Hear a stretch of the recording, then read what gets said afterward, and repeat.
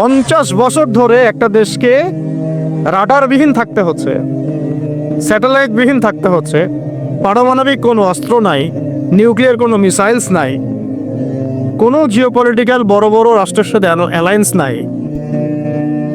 পক্ষান্তরে উল্টা কুফার তাগুত মুশরিকদের দাসত্বে আমাদেরকে নিয়ে গেছে। তাহলে 50 বছরের খেয়ানতের লিস্ট করলে মানে এক আসমান থেকে দ্বিতীয় আসমান পর্যন্ত হবে আর লিস্টটা। এত খেয়ানত 50-60 বছর হয়ে গেছে। এখনো যে বিষয়গুলো নিয়ে আমাদের কথা বলতে হচ্ছে, এটাই হচ্ছে সবচেয়ে লজ্জার। বিগত স্বাধীনতার 50 বছরে আমাদের এমন একটা জেনারেশন রেডিমেড পাওয়া উচিত ছিল, যাদের ঘরে ঘরে আলেম, ঘরে ঘরে হাফেজ।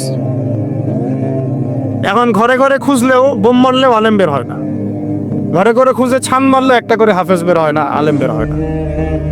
ঘরে ঘরে ছান মারলে যে কোনো একটা টিকটকার ঠিকই বের হয়।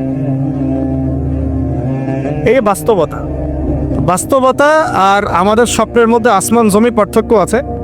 এগুলো হাসির কোনো বিষয় না, এটা হচ্ছে বাস্তবতা। মানে পুরা প্রাইমারি স্কুল থেকে শুরু করে প্রাইমারি স্কুলের শিক্ষক, প্রাইমারি স্কুলের টিচার এবং স্টুডেন্ট, হাই স্কুলের টিচার, অনার্সের স্টুডেন্ট, অনার্সের টিচার, মাস্টার্সের স্টুডেন্ট, মাস্টার্সের টিচার, তারপরে বিবিএ, এমবিএ, তারপরে যে আপনার প্রাইভেট ইউনিভার্সিটি ইত্যাদি ইত্যাদি, ইভেন বিসিএস সেক্টর, শিক্ষা কমিশন, এমপি, মন্ত্রী, পার্লামেন্ট, সবগুলোকে যদি একটা জায়গায় আপনি বসান, সবাইকে এই 15 কোটি মানুষকে একটা জায়গায় বসান, দেখবেন যে এদের 90% কোরআন তেলাওয়াতি করতে পারে না।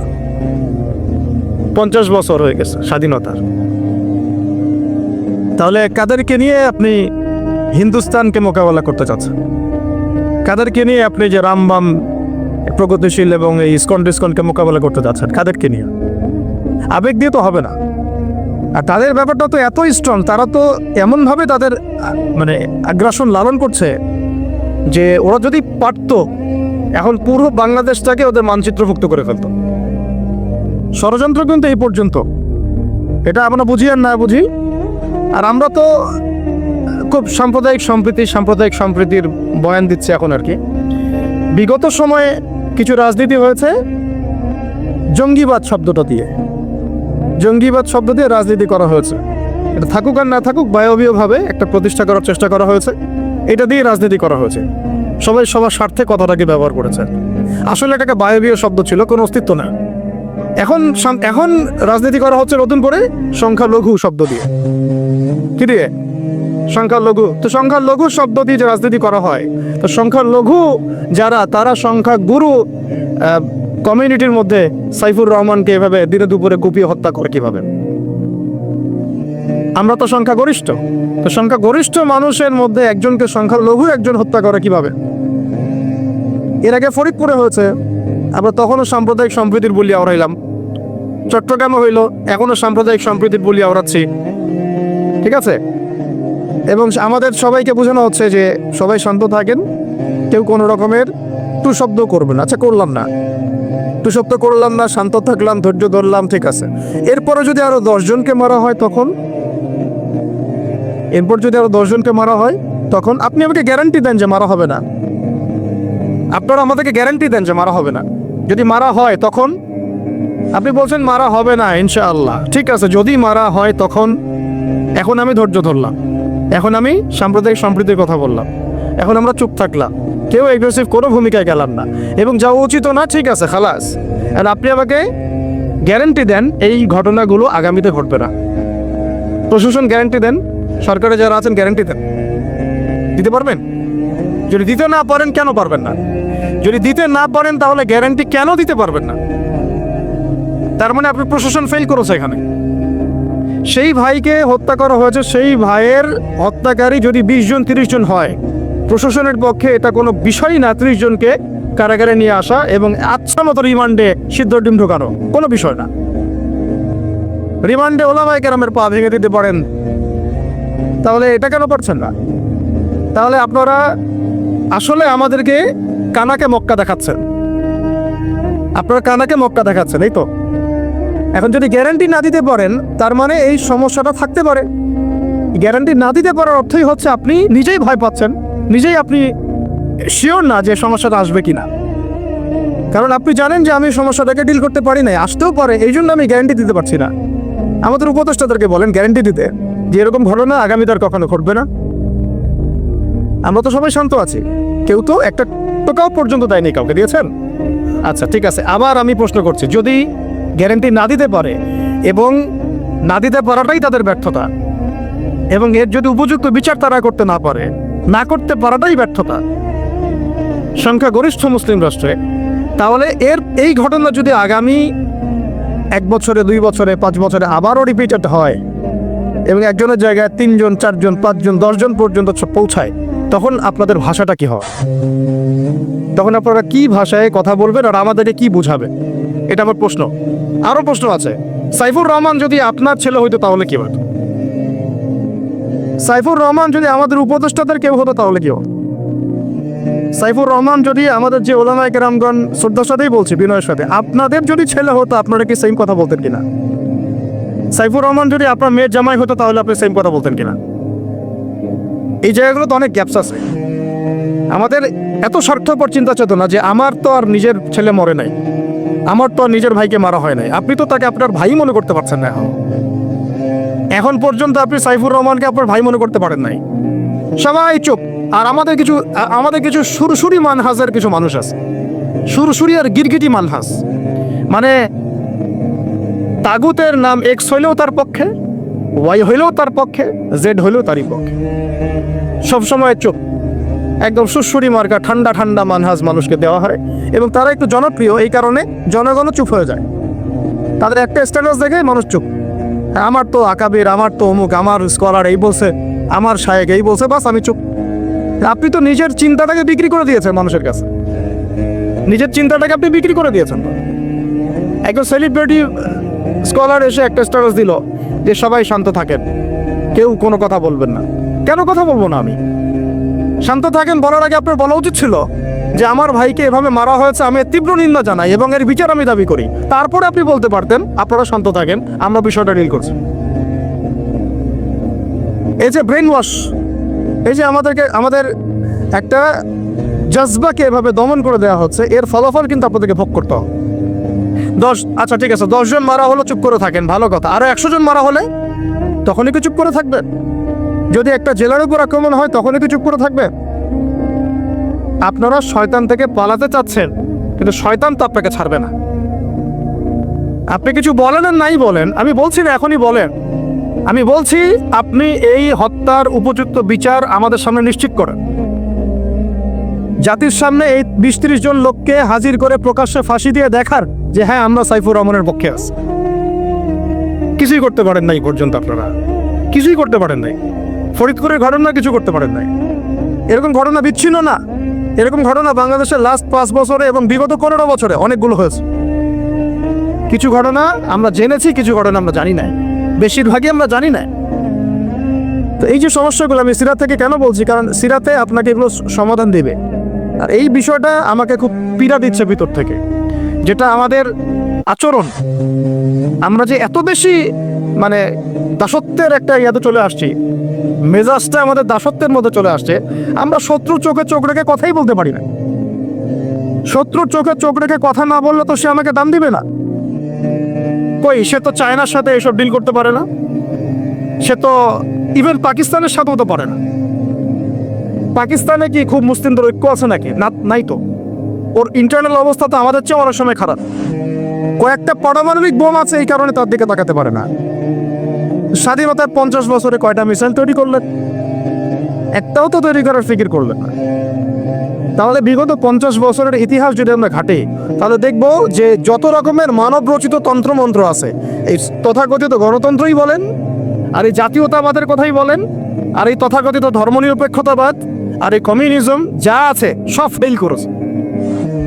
পশ্চিমা সব মতবাদ এখানে এমনভাবে ফেল করেছে যেটা ইতিহাসে বিরল। তাহলে একটা মাত্র পথ আপনাদের সামনে এখন খোলা আছে, যেই পথ দিয়ে এই সমস্ত সমস্যার সলিউশন আনা সম্ভব। সেই পথটাই হচ্ছে ওই যে লেখা আছে, সিরার আলোকে উম্মার সংকট নিরসন করা। সিরাতের আলোকে যদি উম্মার সংকট নিরসন করতে না পারি, আর কোনো রাস্তা আমাদের সামনে খোলা নেই। দিন কায়েমের শর্ত 3টা বলেছেন না? 3 নম্বর শর্তটাই হচ্ছে এটা যদি ইবাদত হয়, দিন কায়েম যদি একটা ইবাদত হয়ে থাকে, তাহলে সেই ইবাদত কবুল হবে শুধু একজন ব্যক্তির তরিকা। কার তরিকা?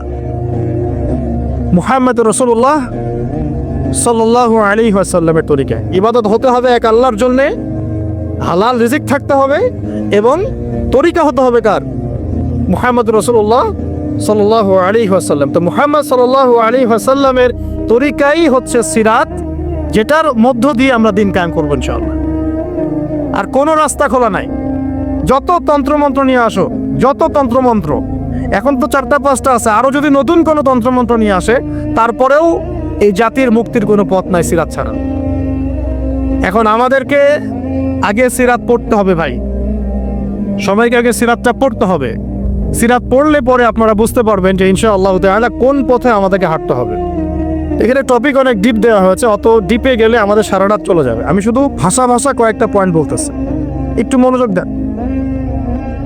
নবী সাল্লাল্লাহু আলাইহি ওয়াসাল্লাম যখন থেকে কাজ শুরু করেছেন, কাজ বলতে আমি দাওয়াতের কাজ বোঝাচ্ছি, তখনকার সমাজটা কিন্তু আমাদের মতো এতটাও মানে কমফোর্টেবল ছিল না।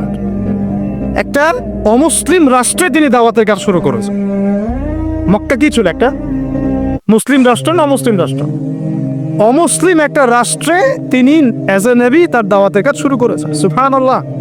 এবং তিনি সেই রাষ্ট্রের একজন পরিচিত ব্যক্তিত্ব, যাকে আস-সাদিক আল আমিন বলে ডাকা হয়, যার আগেও কোনো গুনাহ নাই, পরেও কোনো গুনাহ নাই।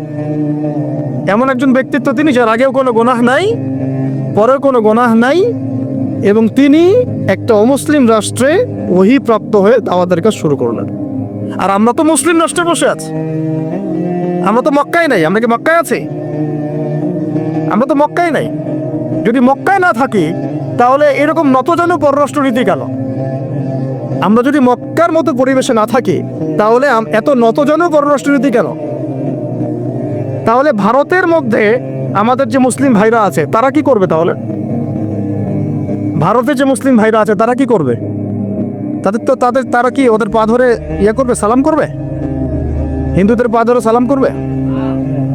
বলেন তো। আমরা তো একটা মুসলিম রাষ্ট্রে আছি, তো মুসলিম রাষ্ট্রে থাকতে এত নতজানু পররাষ্ট্রনীতি কেন? এত দাসত্বের শৃঙ্খল কেন? তো তিনি দাওয়াতের কাজ শুরু করেছেন প্রথম কি দিয়ে, এটা একটা ফ্যাক্ট।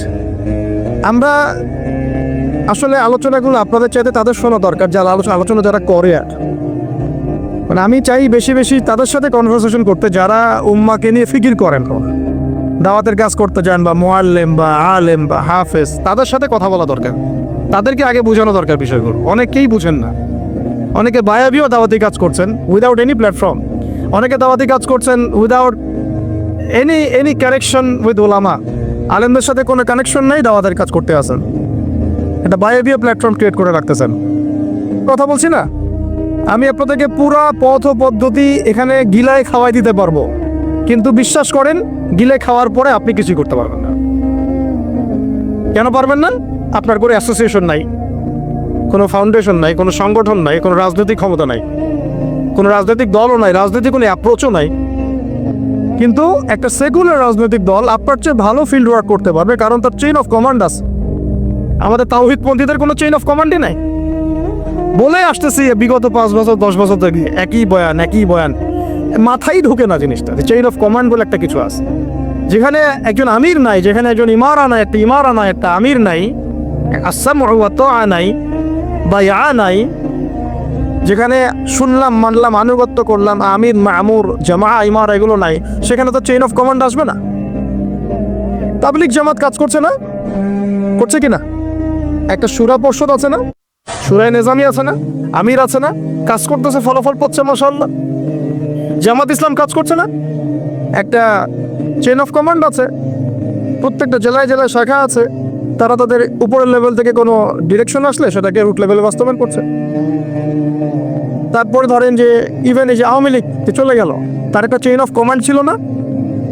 ছিল কি না? উপরে যে বলতো জঙ্গি, নিজের ওই ব্যক্তিও বলতে হ্যাঁ সে জঙ্গি, এমন একটা চেইন অফ কমান্ড ওদের ছিল না? এখন বিএনপি যারা রাজনীতি করতেছে, ওদের নাই? আছে। এখন আপনি বলেন যে ইসলামপন্থীদের রাজনৈতিক দল কয়টা? একটা আছে আমাদের শাসনতন্ত্র, একটা হচ্ছে হেফাজতে ইসলাম, আর কি হেফাজত ইসলাম তো আসলে কোনো রাজনৈতিক ব্যাকগ্রাউন্ড থেকে আসে নাই, এটা এসেছে আপনারা তো জানেন হিস্ট্রি কোন প্রেক্ষাপটে এটা তৈরি হয়েছে, শাপলা চত্বরে ঘটনা, তাই না? আর জামাত ইসলাম এর কথা হচ্ছে যে আমাদের তো মানে পৃথক পৃথক প্ল্যাটফর্মগুলোর মধ্যে একটা ঐক্যবদ্ধ সমন্বয় সবার আগে দরকার, তারপরে আমাদের একটা একটা বৃহত্তর চেইন অফ কমান্ড দরকার। তখন কি হতো যে উপর থেকে একটা কিছু ছেড়ে দিলে একদম নিচ পর্যন্ত আসতে সময় লাগতো না।